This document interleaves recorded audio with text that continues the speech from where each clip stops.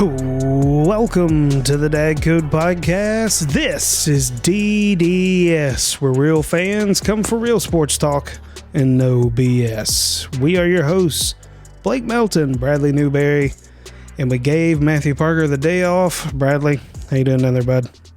Man, we are doing great. We're doing great. Even though he has the day off, he has sent me Parker's picks. So don't worry, those out there that only lean on Parker.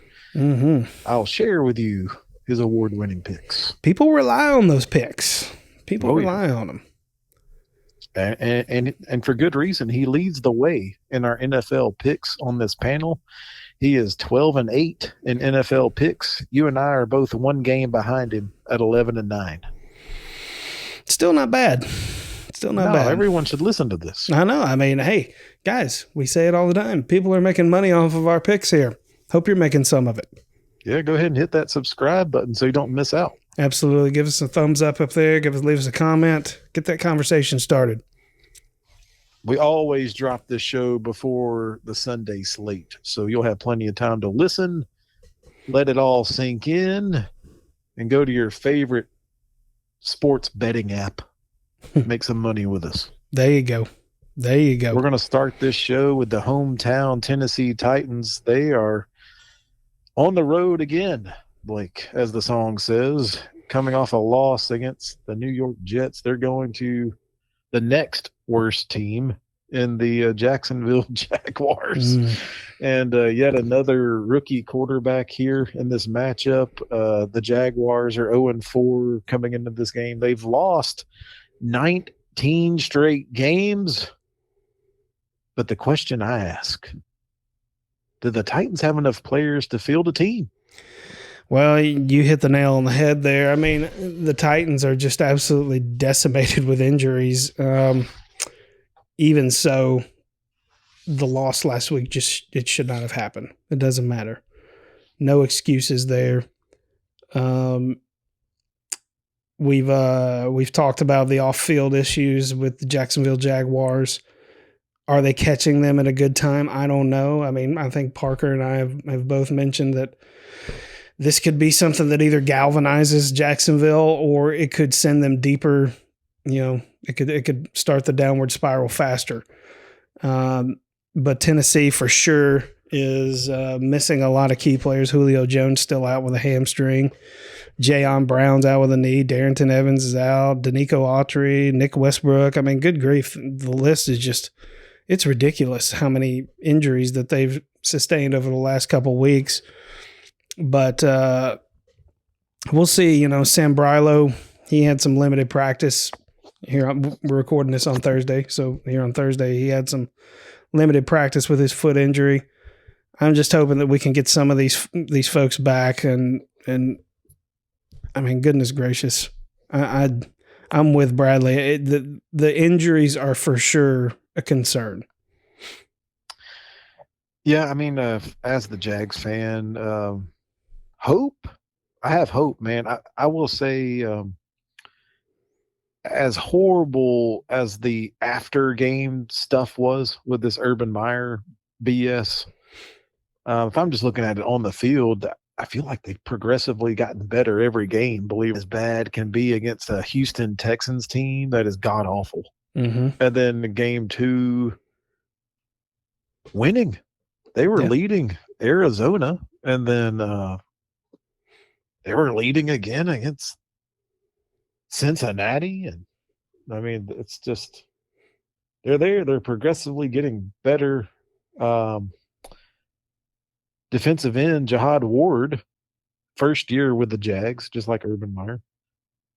When asked about is Urban Meyer in that situation a distraction to the team, he straight out said, quote, "This was not a distraction. I promise you we are 100% not worried about this. This is not making us feel bad or negative in any way.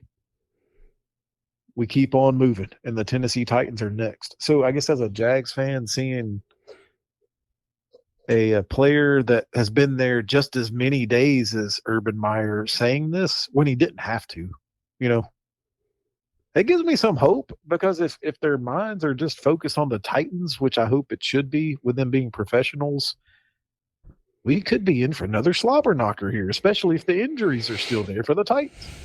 Yeah, I mean, I think that's really going to be the story. I mean, all the off the field stuff. I mean, it really shouldn't affect the players much outside of Urban Meyer getting fired. I mean, the things that happened off the field really are a management thing that has to be handled by the owners because it's really more about do they want to be represented by a guy that does that kind of stuff. So it doesn't have anything to do with the players, quite frankly. Honestly, the players probably are giving them props, if I had to guess. But back to the on-field stuff, if we can get at least one of our daggone receivers, we being the Titans, maybe, just maybe, we can get some passes off. Maybe some folks can get open. But my gosh, the sacks have to stop by the offensive line. I know Parker mentioned that he thinks that most of them this last week were due to the fact that Tannehill was holding on to the ball. But regardless, I mean, things have got to get better. Derrick Henry is going to continue to be, the mayor of Duval. So, my gosh, he loves playing against this team. Yeah, man. I wish I had some. Does Parker have any cool stats? Because I'm sure he would have some really cool stats about him against the Jaguars. I'll get you. Yeah, I'll just go ahead and jump into his stuff. But I mean, look, he loves playing against this team. He's like all high school from that Jacksonville area, so he just gets a little juiced when he gets to play against this team. But go ahead and read Parker's take because it does include some juicy nuggets about Henry. He says, I said I was scared against the Jets last week, and I am scared this week as well. Not to the same level as I was with the Jets, but I am concerned. Not to make any excuses, but this needs to be addressed. The Jags' latest injury report has 4 names on it. The Tennessee Titans have 22 names on it. I've never seen that many, although I'm standing by my Urban Meyer is out next week prediction. And for that to happen, the Titans have to win and win big. He believes that the Jags quit on Urban Meyer, and the results will show it. In the last 4 games, Derrick Henry averages 165 yards a game against the Jaguars. And that was before he became a pass catching threat. Right. You're definitely right. And then it says his last nugget was, but remember, Titans fans, I said earlier in the year that the Titans would have to play all 5 rookie quarterbacks. So far, they've played against 2, and they're 0-2 against the rookie quarterbacks. Not a good stat. I mean, like you said, all these names. They've been playing horrible. I mean, and the fact that I'm just so concerned about whether or not we're going to be able to protect the quarterback. It's ridiculous. I didn't realize Taylor Lewan's out with a toe injury. Come on, Taylor. Shit. Taylor Lewan's out. Ben Jones is out. Aaron Brewer's out. Good what's happening on the right side. The right side was horrible. Quisenberry was on his backside all game last game. I mean, the Titans are not going up against a team that gets much pressure though. But if you're playing a college line versus the Jaguars defense, then maybe the Jags defense might look like there's something, but it's going to be false. But it may be their turn to get some stats this week against the Titans. I mean, it could be. I mean, I think that the Titans have to stick to their strength. They got to stick with the run. This is and try to work the play action off of that. Going against the 30th rated overall defense in the NFL. They're kind of middle of the road there on rushing defense. I think 13th is where they're sitting at. So, but I mean, I think really and truly what frightens me the most is for whatever reason, the Titans have a knack for making rookie quarterbacks look like they're world beaters. And I am really hoping that that's not the case against Jacksonville. I mean, what I saw was the Jets quarterback, when he got out of the pocket on the scramble mode, the Titans secondary, well, they're not very good anyway, but they definitely can't cover for 10 seconds.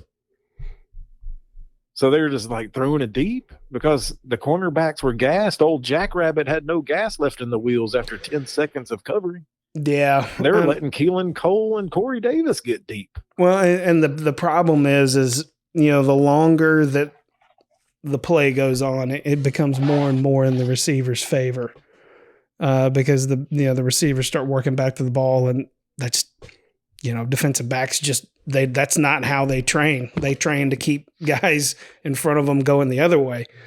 So whenever they start coming back to the ball, I mean, if we're not getting any pressure, that's a problem. But then again, the exact opposite is going on. Sorry, guys, my eye is itching like crazy. Could the Jacksonville Jaguars have a problem with Trevor Lawrence getting pressure on them? I mean, I think you have mentioned that you think that could be part of the reason that he hasn't had better success passing the balls, because he's just trying to get rid of the ball most of the time. Yeah. I actually like the Jaguars offensive line versus anything that the Titans are bringing, because they're not very good at getting pressure either. I know they try to mix it up with different coverages and exotic looks, but nothing really threatens me with either the Titans rush or the Jags rush. I just think that the Titans offensive line is way worse. Well, and Danico Autry, the guy that we brought in to rush the passer, who knows if he's even going to be playing? It could be one of those 21 Parker's talking about. He is one of the 21. It's just he had limited practice today. So, I mean, there's so many guys. It could come down to something as seemingly insignificant as punting the ball well, and that does not help that our freaking best punter in the NFL is hurt right now, and he's not. I don't think he's playing. I think he's pretty much ruled out because he did not practice today at all. So hopefully we don't have too many more 13-yard punts in our future, because that could spell disaster for the Titans. It'll be something's going to boil over here, man, because Parker's predicting if the Jags lose like he thinks they're going to lose, that could be it. He, like Urban Meyer, doesn't even get on the plane to go to England type of deal. And if the Titans somehow lose back-to-back weeks against the Jets and Jags, oh my God. That's a bad look. I don't even care about the injury. I mean, the injury excuse can only go so far if you put that resume together. Yeah, but also, how often are you going to have 22 or however many you said injuries on the injury report? Ooh. So, I don't know. It's a tough one. The game scares me. I know it scares Parker too. But ultimately, he said he's scared, not as scared against the Jets. He's predicting Titans 38-17, a 21-point victory. I think it's going to be a little bit. He thinks it's a blowout. I think it's a 28. I think it's 28-20. I think it's 28-20. I mean, Titans I've victory. Been I've been very consistent with how I did the win-loss, before the preview thing. I've never wavered. I've never been like, okay, I'm changing my mind here because of something I've seen. Until right now, Blake. I had this game circled as a loss for the Jaguars, but I've had a change of heart. I'm going with the Titans. Too many injuries. The Titans are looking ahead to playing host against the Buffalo Bills on a Monday night game, a rare Monday night game in Nashville. I don't think their mind's in it, man. I think that the Jags have been incrementally building up to this moment. And I think they finally get it done. Jaguars 23-20 over the Titans. Okay. All right. I think there's a fair argument to be made there. I don't think it's going to happen, though. Well, so that one pick is going to be a double dip. Yep. So a very important game right there. Yep. For our standings. It's very important in the AFC South, too. I mean, could you think about this? If the Jaguars win, they're right there in the middle of it. I know. Because this division is awful. Yeah. I hate that we're even having the conversation about the Titans just because it's like, dude, this should not be the way it was. I mean, this was not how everything was planned to go. No. But we'll just have to see how it plays out. No. We're going to move on to our game of the week. It takes us to Arrowhead Stadium. The Buffalo Bills come rolling into town against the Kansas City Chiefs. I think this will be a heck of a fun game. 3-1 Buffalo at 2-2 Kansas City. Josh Allen, your fantasy quarterback against Patrick Mahomes. Yeah, Josh Allen coming in with the 6th overall rated offense in the NFL and going against the 31st ranked overall defense in the NFL for Kansas City. Conversely, you're looking at the 2nd overall offense on the Kansas City side versus the 1st overall defense for the Buffalo Bills. This is going to be, as Bradley would term it, it's going to be a slobber knocker. I really do think so. Who would have thought we'd have been talking about I mean, did you really think the Buffalo Bills were going to be the 1st overall defense at this point in the season? No, I really didn't. And if anyone wants to go back and listen to the archive, the AFC and NFC East podcast that we did, I believe we were all pretty high on the Bills, right? But yeah. We kept the focus on their offense. And I know I was the one that brought up and said concerns. Who is their star on defense? I still don't know. But sometimes that can galvanize a defense, right? They don't have a bunch of stars. Crap, man. Yeah, I still have no clue, but they're getting it done. Yeah, whatever. I mean, good Lord, they're allowing 68 rushing yards a game. And only allowing 100. The Chiefs aren't going to run. No, and they're only allowing 100. Not going to run. No, they're only allowing 167 yards through the air per game. Well, I think Mahomes will get his though. Oh, I'm sure he'll get some, but I mean, but the other side of it is Josh Allen's going to score some points against this defense. He's going to. They're the 31st rated defense. The Kansas City Chiefs are. All right, listen, Parker. Since we're talking about this defense, here's his take. The Bills' defense looks better, but they feasted on inferior opponents. The best quarterback that the Bills have faced this year is Taylor Heineke from the Washington football team. Patrick Mahomes is averaging a first down or touchdown on 54% of his throws. What a stat that is. That's an interesting stat. Jeez. Mahomes is averaging either a first down gained or a touchdown on 54% of his throws. Holy crap. Golly. So he's thinking that the Bills' defense looks better, giving them credit in that statement. But dare I say his favorite word, fraudulent. Again, are they fraudulent? I mean, again, you can't help who's put in front of you to play. I mean, are we penalizing them for playing good defense against bad teams? I mean, are they just supposed to let them score or let them run up defensive stats? I mean, offensive stats on them? I mean, but again, I mean, I still focus on it's not like Buffalo can't score points. They're going to score some points. Yeah. They got a high-powered offense too. I mean, it's only about 20 yards different from Kansas City. I mean, there's not a lot that separates the top 6. It's amazing how similar these two teams are. They both can throw. Neither one of them are very good at running. Buffalo is just as bad at running game with Singletary and Moss. They can't figure out what that is really, but I think it'll be fun in a different way for me because I'm not usually into the high scoring games. I think this will be a higher scoring game anyway. Oh, I absolutely think that that's Yeah, going to be the case. But yeah, Parker. go ahead. He's. Oh, go ahead if you Go had ahead. another People thought before care I give you more his pick. about what Parker's got to say than what I got to Well, say about no, this. I was about to jump into his pick, but if you had another No, thought I before we don't. got I into was that. about to jump into mine. Oh, well, here for everyone that wants to listen to Parker's picks, Mr. Point Spread himself. He's leaning with the home team. He believes Kansas City will win 28-24, which will be good enough to cover that 3 to 2.5 point spread that it's been fluctuating with. But he says take the home team.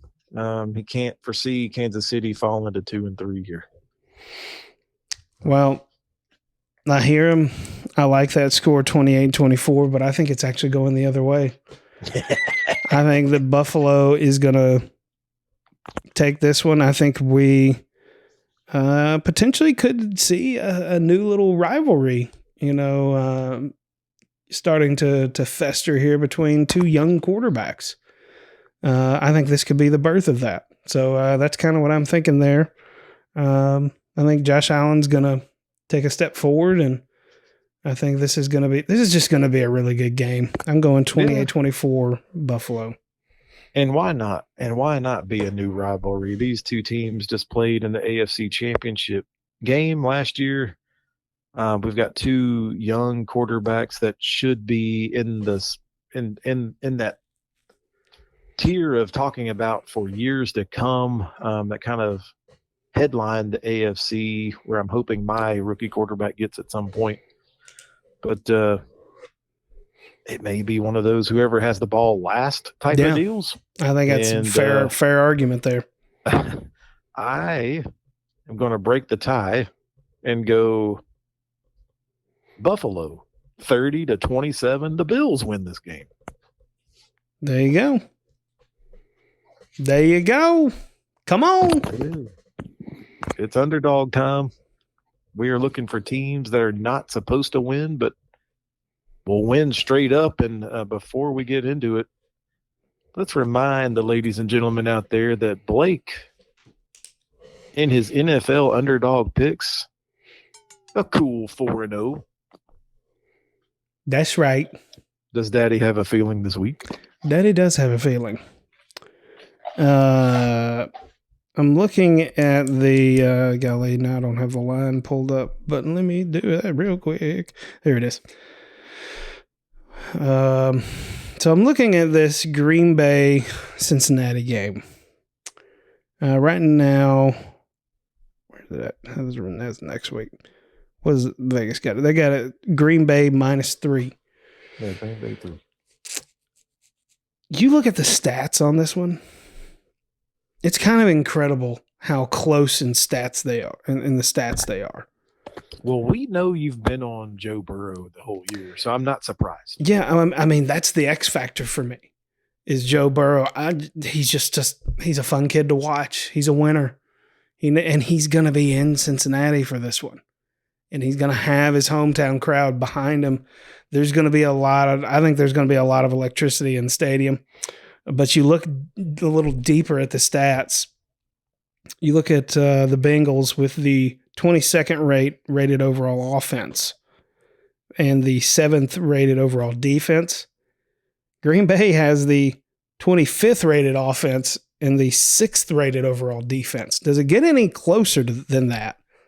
I think that this one truly is a pick'em game. I think it's closer than what Vegas is saying.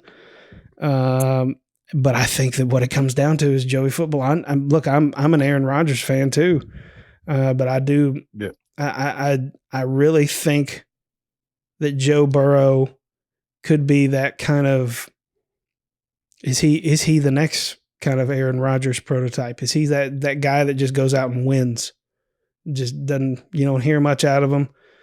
Unfortunately, these days we do hear some stuff out of Aaron Rodgers, but is he just going to be that guy that just goes out there and gets it done?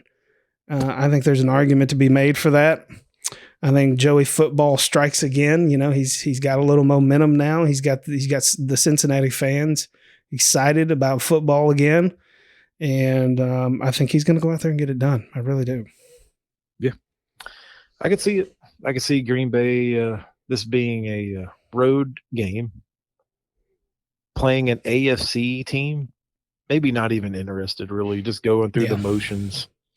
Is Aaron Rodgers really, is he going through the motions himself? I mean, I could see Cincinnati winning this game too. I'm with you. I kind of like your pick right there. Yep, I'm going 24-21 Cincinnati. Yeah. Here we go. Everyone that wants to listen up to Parker's take. He's taking his pick overseas, folks. Oh boy. He is flying overseas. He is on, dare I say, he is on the Jets plane. After the Jets took his soul, they took him straight to England.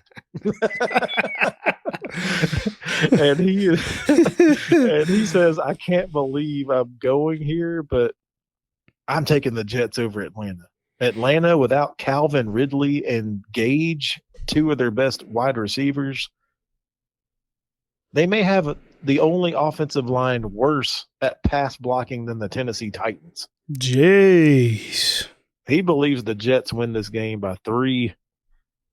And, of course, I was the one joking about did they not only take his Tennessee Titans soul, but they took his whole body overseas with him. But he's going Jets, man, as his underdog special. All right. So he thinks that the Titans have put the Jets on a winning streak, is what he's saying, basically. Obviously, that's what this, or is it just because they get to play the woeful Falcons? I don't know. Well, that, and, does it make him feel just a little bit better if the Jets actually do start winning a little bit? Maybe. But then, of course, my silly self, the underdog pick, I'm staying in the state of Ohio after all the BS we talked about Ohio teams. I'm looking at my underdog pick to be the Cleveland Browns. They're on the road. Some spreads are +1, +2, +1.5. But whenever I see a team that is highly efficient in rushing the ball, running the ball, and playing solid defense, you got to love Nick Chubb, Kareem Hunt. I know there's a lot of hoopla around the quarterback there with the Chargers and Justin Herbert, but I've said it before and I'll say it again. There is no home field advantage here with the LA Chargers. Stadium could care less. That's San Diego's team, folks.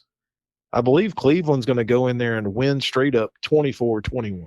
Why is it so? Just so y'all know, I picked both Ohio teams in our picks game this week to win. Why? What happened? We're all of a sudden we're on the Ohio train. I think this is Urban Meyer rubbing off on us. Just like never mind. Yeah, whatever. We're not going to get into that. Open that can of worms again. Holy moly. Let's get into some best bets. Best bets. I'll start with Parker because we know the people want to hear him. Yep. All right. Here's Parker's best bet of the week.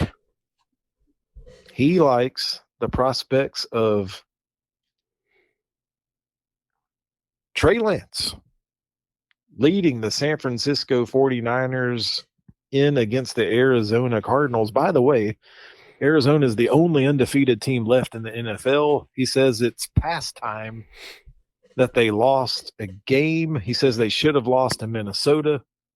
They could have lost to the Jaguars.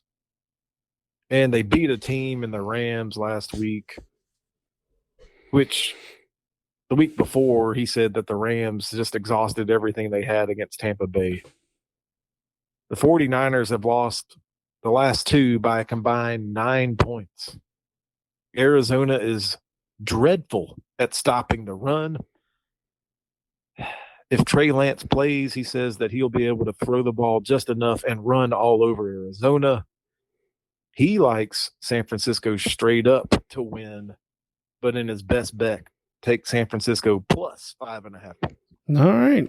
That's a pretty good one. Pretty good one there.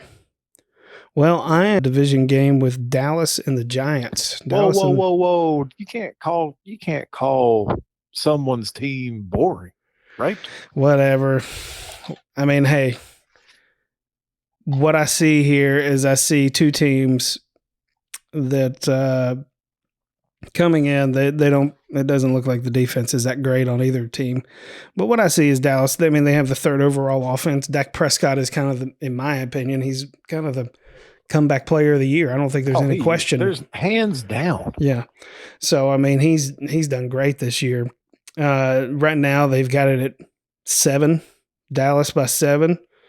I think it's going to be a closer game. I really do. I think it's going to be more of a field goal game. I think it's a close game, but Dallas still wins. But the Giants are able to get inside that 7. Yeah, division games are scary, man, especially when you're giving one of them almost a full touchdown or right at it. It seems unlikely. Yeah, if I had to pick a straight up winner, I'm leaning Dallas, but man, the point spread scares me. Jeez. Yeah. So not a bad thought. I'm gonna with my best bet, I'm gonna keep picking on the Texans a little bit here. I mean, we all don't mind what's happening in Houston, and I'm just ashamed that my team lost to them week 1. But we got the New England Patriots going to the Houston Texans. New England is a 9-point favorite, and I don't even think that Houston scores 9. I mean, they scored 0 last week. Like, yeah. Davis Mills is awful. Tyrod Taylor's not coming back. There's just not much there to like about Houston, whether it's home or away. Yeah, it's hard to get excited about anything. No, I mean, and honestly, look, Mac Jones played well against Tampa Bay. They kind of ran into some weather there, which kind of, pun intended, dampened things. But but I think he showed well. I think obviously I don't even have to think. I know when given time, Coach Belichick does not allow rookie quarterbacks to do anything, absolutely anything. And this is exactly what happens here. I'll give the pity 3 points to the Texans, but I'm going New England 20-3 and covers the 9-point spread. Man. All right. I could see it happening. Well, that's a show. That is a show and a half here. Yep. Big one. Absolutely. Titans, Jags. Absolutely. Hey, guys, thanks again for joining us on this, our NFL predictions show. Feel free to follow us on Twitter at DDS Sports Talk. Leave us a comment there about our picks. Tell us how much money you made off of them. Let us know if we're wrong. I'd love to have the conversation with you. I'm sure Parker and Bradley would as well. Like and subscribe YouTube channel. Hit the notification bell for notifications on new videos that are being uploaded every week, guys. Every week. Any parting comments? Absolutely. As hinted on our reaction show earlier this week, I got one more little game for everybody. My team, the Jags to Riches versus Parker's team, Premature Selection. My team's going to win 163 fantasy points to 150. Parker's team has too many injuries, including Calvin Ridley. He's searching the waiver wire high and low, leaving the door open for a Newberry victory in fantasy football. Boom. All right, guys. Well, hey, you guys have a great weekend. Have a good weekend. Get your bets in. Pay attention to our picks. Make some money this weekend. It's time to tighten up. You guys be well.